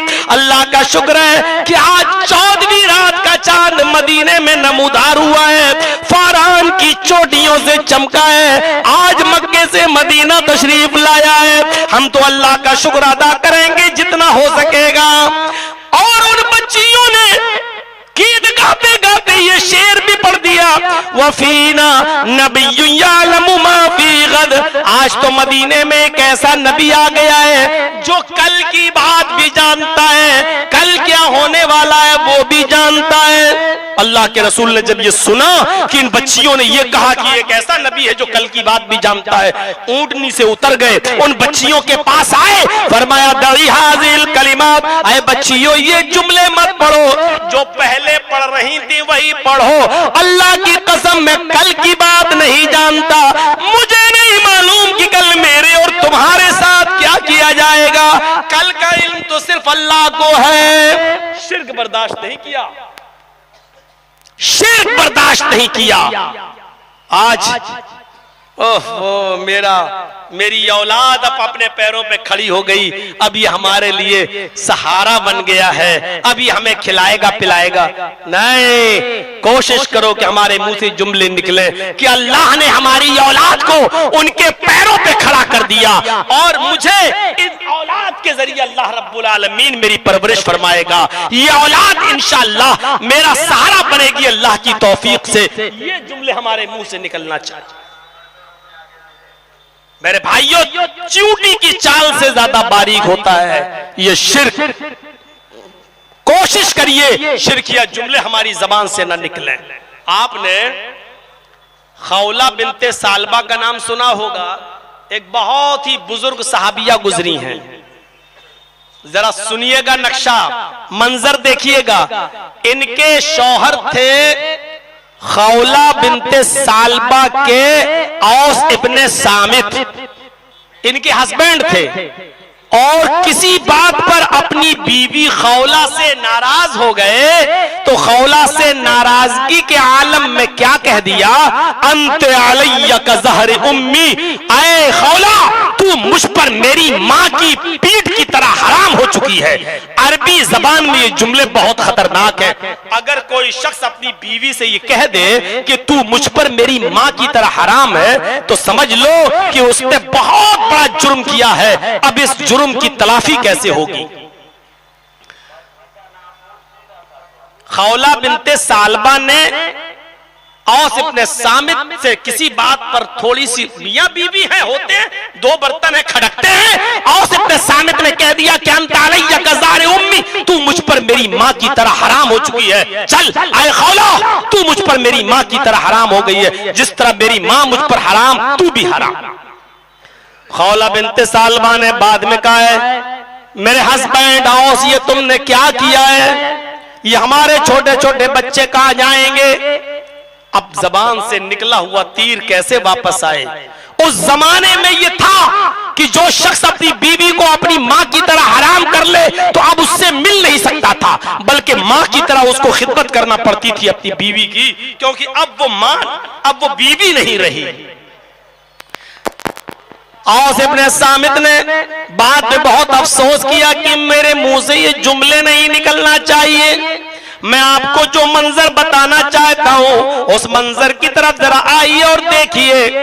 मेरे प्यारे साथियों, उस मंजर की तरफ जरा आइए और देखिए। औस इब्ने सामित को अफसोस होता है। उन्होंने अपनी बीवी खौला बिनते सालबा से कहा, आए खौला, तुम मोहम्मद रसूलुल्लाह के पास जाओ और अल्लाह के नबी को पूरी बात बताओ। अल्लाह के रसूल कोई ना कोई रास्ता जरूर निकालेंगे। हमारे और तुम्हारे मिलने का कोई रास्ता जरूर निकालेंगे। खौला बिनते सालबा अपनी शिकायत लेकर मुहम्मदुर रसूलुल्लाह के पास आती हैं और कहती हैं, ऐ अल्लाह के रसूल, मेरे शौहर ने मुझसे जिहार कर लिया, मेरे शौहर ने मुझे अपनी माँ की तरह हमको हराम कर लिया।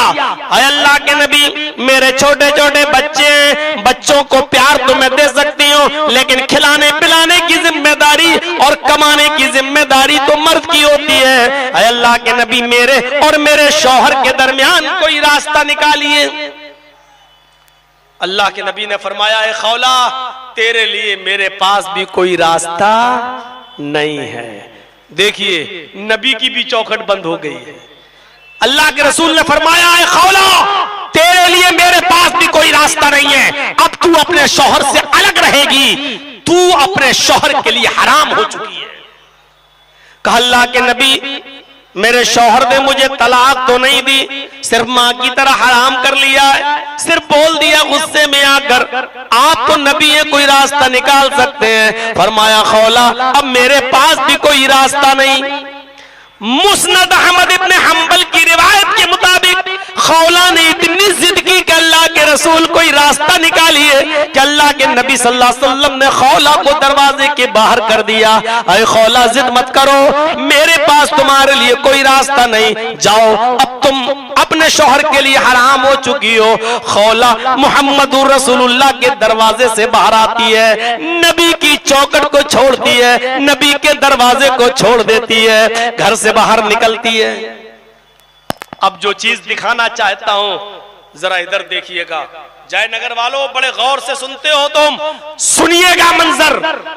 नबी की चौखट बंद, अल्लाह के रसूल ने दरवाजा बंद कर लिया अपना। खौला बाहर। खौला ने मुहम्मदुर रसूलुल्लाह के दरवाजे की चौखट को देखा, उसी दरवाजे से लगी हुई मस्जिद नबवी की चौखट को भी देखा। उसने फौरन पुकार के कहा, आए मोहम्मद इब्ने अब्दुल्लाह, मोहम्मदुर रसूलुल्लाह, आपका दरवाजा बंद हो गया तो क्या हुआ? आपका दरवाजा बंद हुआ तो क्या हुआ? रब की चौखट तो खुली है, रब का दरवाजा तो खुला है। लोग किसकी चौखटों पे जाते हैं आज? औलाद की फरमाइश करने, बिगड़े हुए काम बनाने के लिए। और यहां तो जिंदा है मुहम्मदुर रसूलुल्लाह। खौला बिनते सालबा के लिए दरवाजा बंद, और खौला ने क्या कहा? अल्लाह के रसूल, आपकी चौखट बंद हो गई तो क्या हुआ? रब की चौखट तो खुली है। वो मस्जिद नबवी के अंदर दाखिल होती है, अंदर जाती है, उस कुएं के पानी को खींचती है। उसने वुजू बनाया, वहीं पर 2 रकात नफिल नमाज पढ़ी, और 2 रकात नमाज पढ़ने के बाद रफा यदैहा इलस समा, उसने अपने हाथों को आसमान की तरफ उठा दिया। अरे दुआ मांगने के तरीके भी सीख लो। बहस आज तक करते हो, इमाम के पीछे दुआ हो जाती कि नहीं हो जाती है? मस्जिद का इमाम दुआ करे, हम उसके पीछे दुआ कर लें तो क्या हर्ज है? मस्जिद का इमाम दुआ अगर नहीं करता है तो कुछ लोग मस्जिद के इमाम को भगाते हैं मस्जिद से, जाओ, तुम्हें तमीज नहीं आती है, तुम दुआ नहीं मांगते हो। अरे दुआ मांगने की उसूल और ज़ाब्तों को भी सीखो कि दुआ कैसे मांगी जाती है। खौला बिनते सालबा ने वुजू बनाया, 2 रकात नफिल नमाज पढ़ी, रफा यदैहा इलस समा, अपने दोनों हाथों को आसमान की तरफ उठा दिया और अपने रब को पुकार कर दुआ करने लगी। आय अल्लाह, मेरे और मेरे शौहर के दरमियान कोई रास्ता निकाल। आय अल्लाह, तेरे नबी की चौखट भी बंद हो चुकी है। आय अल्लाह, तेरे नबी का दरवाजा भी बंद हो चुका है। आय अल्लाह, तेरे नबी का दरवाजा भी बंद, तेरे नबी की चौखट भी बंद हो चुकी है। आय अल्लाह, मेरे शौहर ने मुझे अपनी माँ की तरह हराम कर लिया है, मेरे छोटे छोटे बच्चे हैं। आय अल्लाह, अगर तूने मेरी दुआ न सुनी, तूने मेरी फरियाद न सुनी, तो मैं कहां जाऊंगी? अर्श वाले ने खौला बिनते सालबा की दुआ को सुन लिया, अर्श वाले ने खौला बिनते सालबा की दुआ को कबूल कर लिया। सुनिए मेरे साथियों, अभी खौला बिनते सालबा के हाथ नीचे नहीं हुए थे, अभी उसने दुआ खत्म नहीं की थी कि अल्लाह ताला ने जिब्राइल अलैहिस्सलाम को भेज दिया।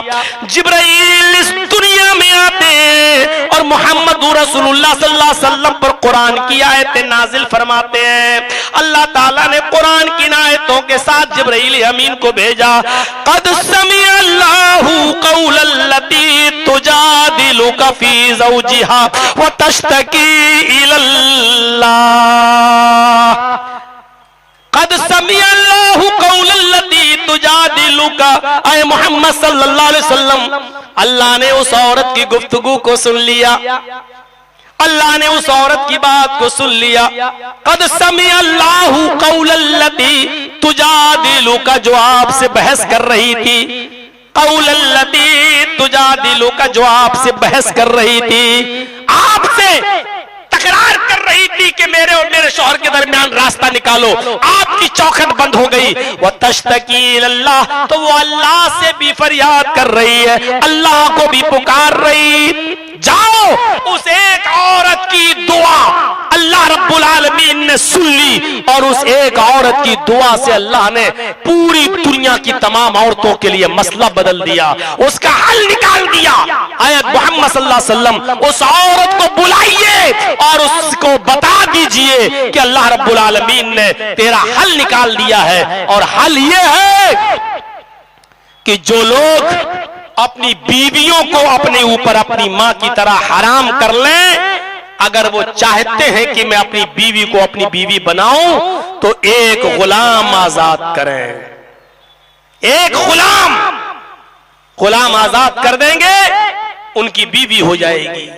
और अगर गुलाम आजाद करने की ताकत नहीं है तो 60 रोजे रखें, 60 रोजे जैसे ही रख लेंगे, पे दर पे कंटिन्यू लगातार, बीच में कोई नागा नहीं होना चाहिए। बीमार हो जाए तो अलग बात है, कोई शरई उज्र हो तो अलग बात है, लेकिन अगर बीमार नहीं है, शरई उज्र नहीं है, तो कंटिन्यू लगातार 60 रोजे, और 60 रोजे जैसे ही खत्म होंगे तुम उसको अपनी बीवी बना सकते हो। और 60 रोजे रखने की भी ताकत नहीं है तो 60 मिस्कीनों को, फकीरों को खाना खिलाओ, अपनी बीवी बना लो। मेरे भाई, इससे पहले नहीं, लेकिन रास्ता तो निकाला। पहले तो रास्ता ही नहीं था, हराम हो गई तो हो गई, अपने आप मां की तरह हराम कर लिया तो कर लिया, अब वो बीवी बनी नहीं सकती थी। लेकिन अल्लाह ने इस औरत की दुआ को सुना। यही वो औरत है, एक मर्तबा एक पुल के ऊपर लाठी टेक कर खड़ी थी, हजरत उमर फारूक का घोड़ा आ रहा था, इस औरत ने इशारा किया, उमर रुक। हजरत उमर रुक गए। खौला बिनते सालबा ने उंगली के इशारे से कहा, उमर घोड़े से उतर। हजरत उमर घोड़े से उतरे। इस औरत ने उनके कान में कुछ कहा, हजरत उमर ने उसकी ख्वाहिशों को फौरन पूरा किया। सहाबा ताना देने लगे, अमीरुल मोमिनीन, इतने बड़े खलीफा होकर, इतने बड़े अमीरुल मोमिनीन होकर एक मामूली औरत ने आपको टोका और आप रुक गए। उसने घोड़े से उतारा, आप उतर गए और आपने अपना कान उस औरत के मुंह से लगाकर उसकी गुफ्तगू को सुन लिया। अरे उसको दरबारे खिलाफत में भी बुला सकते थे, उसको अपने पास भी बुला, आओ, ये भी कह सकते थे, चलो आओ, तुम्हें कोई काम है तो मेरे दरबार में आना।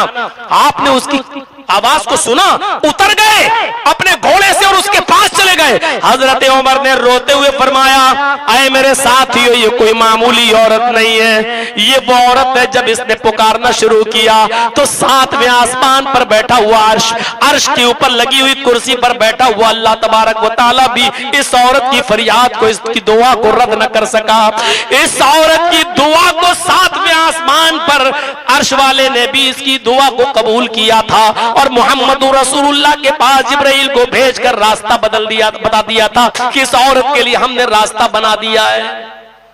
इस औरत की गुफ्तगू को जब अर्श वाले ने नहीं टाला है तो उमर की क्या मजाल जो उसकी गुफ्तगू को न सुने, फिर उमर की क्या मजाल जो उसकी गुफ्तगू को छोड़ दे। मेरे भाइयों, ये खौला बिनते सालबा थी। हम कहां हैं? हमने तौहीद को समझा नहीं, हम ये जानते बस नमाज पढ़ो और शिर्क करते रहो। मेरे भाइयों, याद रखना, इन्नल्लाह ला यगफिरु अन युशरक बिही व यगफिरु मा दून ज़ालिका लिमन यशा। अल्लाह रब्बुल आलमीन तो वो है जो शिर्क को कभी माफ नहीं करेगा और शिर्क के अलावा जिसको भी चाहेगा माफ कर देगा। इसलिए कोशिश करिए कि जब मौत आए तो इस हाल में आए कि हम अल्लाह के साथ किसी को शरीक न करते हों, क्योंकि अल्लाह के नबी ने फरमाया वमन माता ला युशरिकु बिल्लाहि शैआ, जो इस हाल में मरा कि वो अल्लाह के साथ किसी को शरीक नहीं करता था तो वो जन्नत में जाएगा। इसका मतलब क्या हुआ? शराबी था, जुआरी था, कबाबी था, फिर भी जन्नत में जाएगा। हाँ, वो जाएगा, शर्त यह है कि वो शिर्क नहीं करता हो। जहन्नम में अपने गुनाहों की सजा पाएगा, चोरी की सजा जहन्नम में पाएगा, जिना की सजा जहन्नम में पाएगा, शराब नोशी की सजा जहन्नम में पाएगा। लेकिन चूंकि वो तौहीद पे मरा, शिर्क नहीं करता था, इसलिए सजा पाने के बाद फिर निकाला जाएगा और जन्नत में दाखिल किया जाएगा। लेकिन वो जन्नत में जाएगा। लेकिन अगर कोई आदमी 5 वक्त नमाजी, तहज्जुद गुजार, रोजों पे रोजे भी रखता, हज भी किया, लेकिन शिर्क भी करता है, तो वो कभी भी जहन्नम से नहीं निकाला जाएगा। जहन्नम से कभी भी नहीं निकाला जाएगा। मेरे भाइयों, याद रखिए, हर फर्ज नमाज के बाद आप इस दुआ को अपना वजीफा बनाइए। फर्ज नमाज जब भी पढ़िए तो ये दुआ भी पढ़ा करिए फर्ज नमाज के बाद। अल्लाहुम्मा ला मानिअ लिमा आतैता वला मुअती लिमा मनाता वला यनफउ ज़ल जद्दि मिनकल जद्द। जानते हो कितनी बड़ी तौहीद है? अल्लाहुम्मा ला मानिअ लिमा आतैता, ऐ अल्लाह तू अगर किसी को कोई चीज देना चाहे तो सारी कायनात मिलकर छीनना चाहे तो नहीं छीन सकती है। वला मुअती लिमा मनात, और अगर किसी से कोई चीज छीन ले तो सारी कायनात उसको देना चाहे तो नहीं दे सकती है। इस जिंदगी और मौत का मालिक कौन है? मेरे भाइयों, ये मत समझो ये तो एक बहाना है, हॉस्पिटल ये एक बहाना है, झाड़ फूक। वरना मौत का जब वक्त आ जाता है तो मौत अपने वक्त पर आ जाती है। याद करो जब एक काहिन ने, याद करो जब एक काहिन ने फिरौन से कहा था कि आए फिरौन, तेरी सल्तनत में एक बच्चा ऐसा पैदा होगा जो बच्चा बड़े होकर तेरी सल्तनत की काया को पलट देगा, तुझे हटाकर खुद बादशाह बन जाएगा, तुझे तेरी ममलिकत से बेदखल करेगा। तो फिरौन ने मुस्कुराते हुए कहा था, ऐ काहिन, हम किसी बच्चे को जिंदा रहने देंगे तब ना। अरे भाइयों सुनो, गौर करो, इस वाक़े को सुनिए। फिरौन ने उसके बाद जो भी बच्चा पैदा होता था हर बच्चे का कत्ल करवा दिया करता था। क्यों? क्योंकि एक नुजूमी ने, काहिन ने यह कह दिया था कि एक बच्चा पैदा होगा जो बड़े होकर तेरी सल्तनत को खत्म करके खुद बादशाह बनेगा और तुझे तख्तो ताज से बेदखल कर देगा। ओहो, फिरौन इसके बाद से हर बच्चे को कत्ल करवाने लगा। फिरौन के वजीर, फिरौन के दरबारी एक एक घर में घुस घुस कर जायजा लेते थे कि किसी तरीके से किसी बच्चे का पता चल जाए। जिस बच्चे का पता चलता था फिरौन के हवाले कर दिया जाता था और उस बच्चे को कत्ल कर दिया जाता था। किसी बच्चे को जिंदा नहीं रखा जाता था। उसी बस्ती में, फिरौन की उसी ममलिकत में, फिरौन की उसी बादशाही में अल्लाह तबारक व तआला ने मूसा को पैदा कर दिया। और मूसा की माँ 3 दिन 4 दिन तक अपने बच्चे को छिपाती रही, अपने बच्चे को कभी इधर से कभी उधर ले जाती रही। और जब उसको यकीन हो गया कि मेरा बच्चा भी पकड़ लिया जाएगा, मेरा बच्चा भी फिरौन के दरबारी अपनी गिरफ्त में ले लेंगे और इसको फिरौन के सामने पेश कर देंगे और फिरौन मेरे बच्चे को कत्ल कर डालेगा, तो इसके जहन में तरकीब आई। अल्लाह ने इस तरकीब को उसके दिमाग में डाला। फिरौन, मूसा की मां ने लकड़ी के एक संदूक के अंदर, लकड़ी के एक संदूक के अंदर मूसा को बंद कर दिया। लकड़ी के एक संदूक के अंदर मूसा को बंद कर दिया और दरियाए नील के सुपुर्द कर दिया। जिस जगह की लहरें बह रही थी उसी जगह पर लकड़ी के उस संदूक को बहा दिया। वो देखती रही और समंदर की लहरें उस लकड़ी के संदूक को बहा के ले जा रही हैं।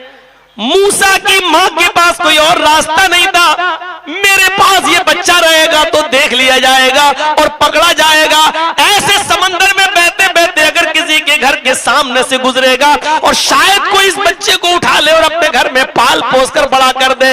फिर मूसा की मां ने संदूक में मूसा को बंद करके लकड़ी के और समंदर के हवाले कर दिया। और देखिए अल्लाह की कुदरत, वो दरियाए नील में बहता बहता, चूंकि फिरौन का महल भी वही था जो दरियाए नील से लगा हुआ था, फिरौन की बीवी आसिया की नजर जब इस लकड़ी के संदूक पर पड़ती है जो अपने महल से झांक रही थी, उसने अपने दरबारियों को भेजा, कहा इस संदूक को उठा के लाओ, पता नहीं कौन सा खजाना इसके अंदर है। उसके दरबारी गए, लकड़ी के उस संदूक को उठा के लाए। जब खोल के देखा आसिया ने, फिरौन की बीवी ने, तो दंग रह जाती है। निहायत खूबसूरत और हसीन और जमील बच्चे को देखती है।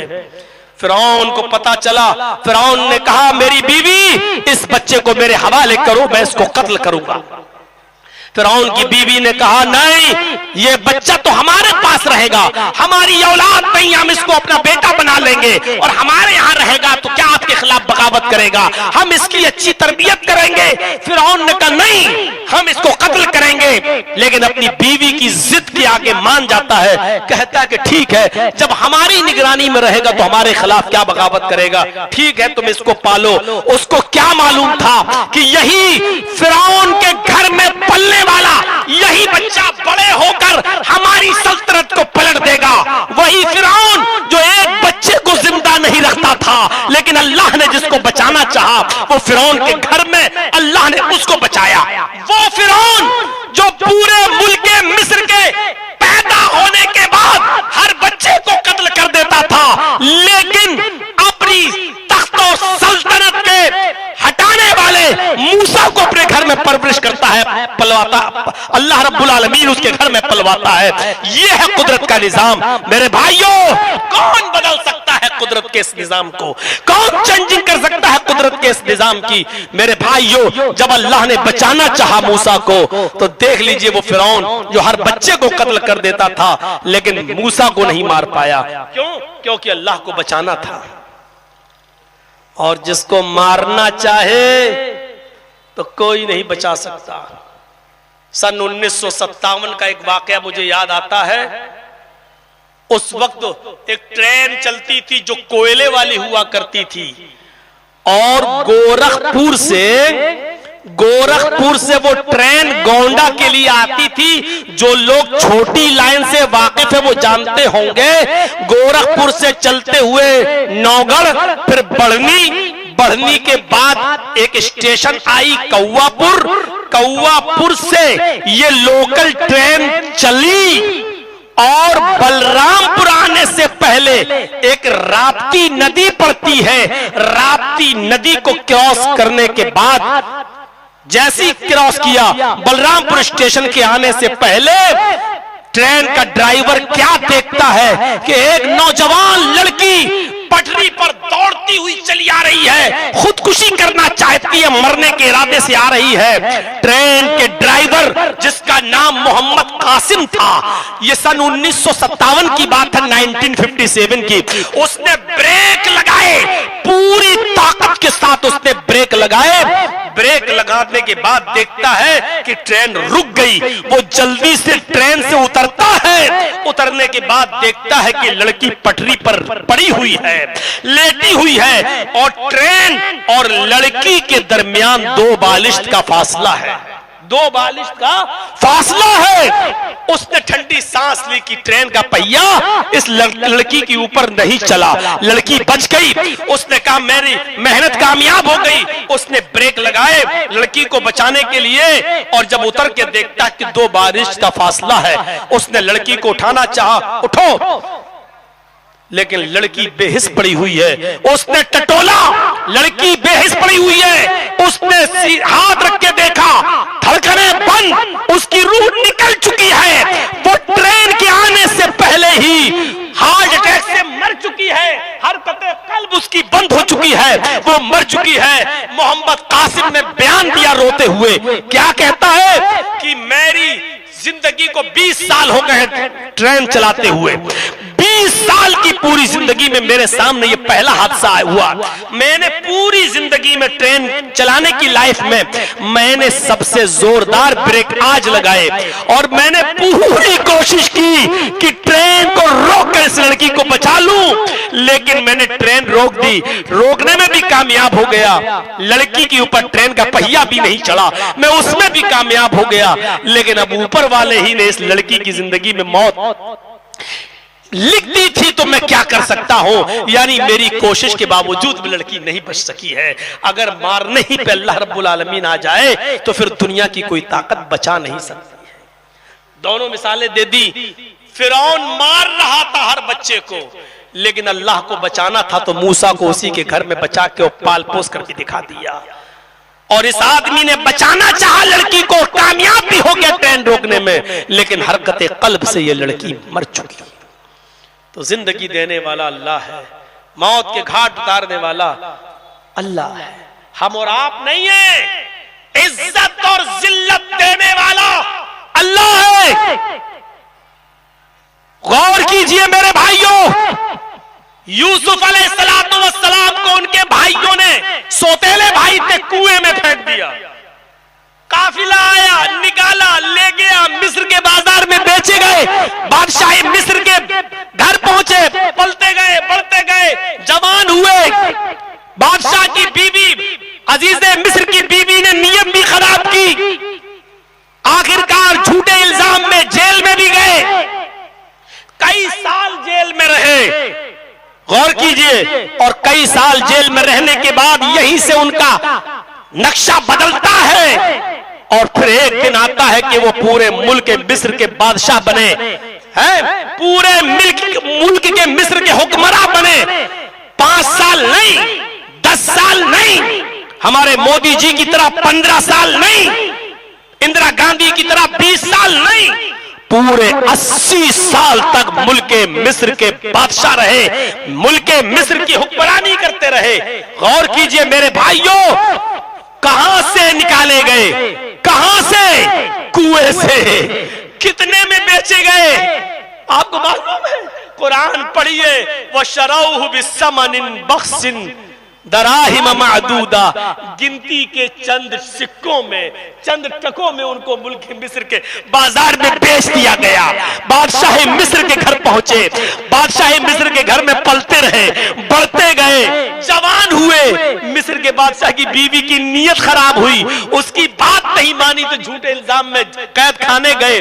7 साल से भी ज्यादा का जमाना कैद खाने में, यानी जिल्लत भरी जिंदगी जेल की होती है, वहां का जमाना गुजारा। फिर ख्वाब की ताबीर बताई और फिर मुल्क मिस्र के बादशाह बने, और फिर अल्लाह ने 80 साल तक उनको मुल्क मिस्र का बादशाह बनाया, इज्जत से नवाजा।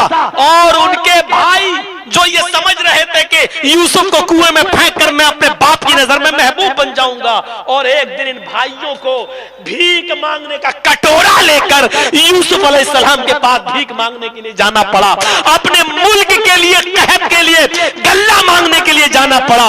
जरा गौर करो, हम पूरे वाक़े की तरफ नहीं जाना चाहते, बताना ये चाहता हूं कि इज्जत देने वाला अल्लाह, जलील जिसको जिल्लत दे, देख लीजिए। और जीती जागती मिसाल अगर लेना है तो मेरी ले लो। मेरे दुश्मन ने क्या नहीं किया मेरे साथ। 4 महीने पहले जेल पहुंचाया, फिर 4 महीने के लिए दोबारा जेल, 10 साल की सजा भी मुझे लोअर कोर्ट से इस बंदे को हुई। लेकिन बताइए, जब हाई कोर्ट ने ऑर्डर दिया कि ये शख्स तो एक दिन के लिए भी जेल में रहने के लायक नहीं, पूरी फाइल पढ़ने के बाद लगता है कि पॉलिटिकल निशाना बनाया गया है, राजनीतिक षड्यंत्र हुआ है इसके साथ, और पॉलिटिकल दबाव में आकर यह फैसला सुनाया गया, इमीडिएटली रिलीज किया जाए, इस आदमी को फौरन छोड़ा जाए। इस ऑर्डर के बाद मुझे बाइज्जत मैं निकला। आज वो हमारा दुश्मन जो हमको जलील करके पूरे मुल्क हिंदुस्तान से मेरे प्रोग्राम बंद कराना चाहता था, आज उसकी हालत यह है कि घर बिक गया, मकान बिक गया, खुद उसका घर बैंक में लोन लेकर सूद और ब्याज जमा करता और किस्त भरता है। मेरे भाइयों, आज वो दर दर की ठोकरें खाता फिर रहा है, कहीं आजादी के साथ चल नहीं सकता है। ये जीती जागती मिसाल इज्जत और जिल्लत का मालिक अल्लाह है, कोई बंदा नहीं है। इसलिए याद रखिए, इज्जत अल्लाह के हाथ में है और जिल्लत देना भी अल्लाह के हाथ में है।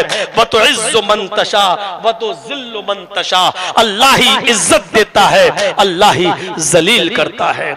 याद रखिए, बेटा बेटी भी कोई नहीं दे सकता है। यहाँ बोले मैं यशाउ इनासा व यहाँ बोले मैं यशाउ ज़ुकूर, वो अल्लाह ही है जिसको चाहे बेटियां दे, जिसको चाहे बेटे दे। और युज़व्विजुहुम ज़ुकरान व इनासा, और जिसको चाहे बेटा बेटियां दोनों दे। वो यजअलु मैं यशाउ अक़ीमा, और जिसको चाहे बांझ कर दे, जिसको चाहे बांझ। ये किसने कहा? अल्लाह ने। किसी नबी के हाथ में नहीं है कि किसी को बेटा दे दे। तुम कहते हो ना, अल्लाह मुझे बेटा दे दे, अल्लाह मुझे बेटी दे दे। अरे ये नबियों को भी इख्तियार नहीं है। देख लीजिए, हजरत शुएब अलैहिस्सलाम को अल्लाह ने बेटियां ही बेटियां दी, कोई बेटा नहीं था उनके पास। किसके पास? शुएब अलैहिस्सलाम के पास बेटियां ही बेटियां थी, कोई बेटा नहीं था उनके पास। और हजरत याकूब अलैहिस्सलाम के पास बेटे ही बेटे थे, कोई बेटी नहीं थी उनके पास। देख रहे हैं आप? नजर डालिए, पढ़िए सीरत। जिसको अल्लाह कह रहा है कि हम जिसको चाहे बेटियां दे, जिसको चाहे बेटे दे, जिसको चाहे दोनों दे, और जिसको चाहे कुछ न दे। शुएब अलैहिस्सलाम को बेटियां ही बेटियां दी, एक भी बेटा नहीं था। और याकूब अलैहिस्सलाम को बेटे ही बेटे दिए, कोई बेटी नहीं दी। और मुहम्मदुर रसूलुल्लाह को अल्लाह ने बेटा भी दिया और बेटी भी दी। बेटे थे कासिम, अब्दुल्ला, इब्राहिम, और बेटियां थी ज़ैनब, रुकैया, उम्मे कुलसूम और फातिमा। अल्लाह ने बेटे भी दिए और बेटियां भी दी हैं। वह यजअलु मन यशाउ अक़ीमा, और जिसको चाहे बांझ कर दे।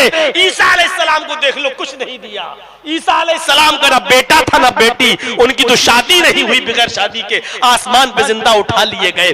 कुरान की इस आयत में हमने चारों मिसालें दे दी हैं। शुएब अलैहिस्सलाम को बेटियां ही बेटियां, याकूब अलैहिस्सलाम को बेटे ही बेटे, मुहम्मद रसूलुल्लाह को बेटा बेटियां दोनों, और ईसा अलैहिस्सलाम को कुछ नहीं। तो बेटा और बेटियां देने वाला अल्लाह है, और जिसको नहीं चाहे दुनिया की कोई ताकत नहीं दे सकती है। तो मेरे प्यारे साथियों, ये रही मेरी 2.25 घंटे की तकरीर, जो मैंने आपके सामने अपना कलेजा चीर कर आपके सामने रख दिया है और बता दिया है। और फिर आज आपसे गुजारिश करते हुए, यहां बैठे हुए हैं, मेरे बाद भी कोई खतीब है जो बोलेगा, इस मस्जिद के लिए ताउन मेरा हक है मांगने का, क्योंकि मस्जिद का मामला है। अब हमने ये छोड़ दिया है कहना कि मुझे 1 बजे क्यों टाइम देते और 12 बजे क्यों, क्योंकि जब आदमी ने मुझी को मैं वक्ता की शक्ल में इख्तियार किया है और इतना मेहनत करके आप जलसा कराते हैं, तो जाहिर है कि कमेटी वालों की ये बात भी हमें मानना पड़ेगी। हमें कोई एतराज नहीं 1 बजे 2 या 2 बजे, लेकिन अब आपका जलसा ये 3:15 बज चुका है मेरी घड़ी में, और 1:30 बजे से मैंने बोलना शुरू किया। ये 2.25 घंटे की स्पीच के बाद मैं 5 मिनट के लिए, 10 मिनट के लिए आपके रूबरू हूं, यहां बैठा हुआ हूं। अब कोई भी खतीब 10 मिनट के बाद आएगा यहां पर, वो आपके सामने लेक्चर देगा, खिताब करेगा। 10 मिनट के लिए मेरे हाथ पर आप इस मस्जिद का जो ताबुन करना चाहे कर दें, अल्लाह ताला आपको इसका अजर अजीम अता फरमाएगा कि मम बना लिल्लाहि मस्जिदन बनल्लाहु लहु बैतन फिल जन्नह, जो दुनिया में अल्लाह के लिए मस्जिद बनाएगा, अल्लाह जन्नत में उसके लिए घर बनाएगा। तो आपको हमसे जो मोहब्बत है वो मुझे देखने को मिली है, और मैं देख रहा हूं 22 साल से इस मोहब्बत में कोई कमी नहीं आ रही है।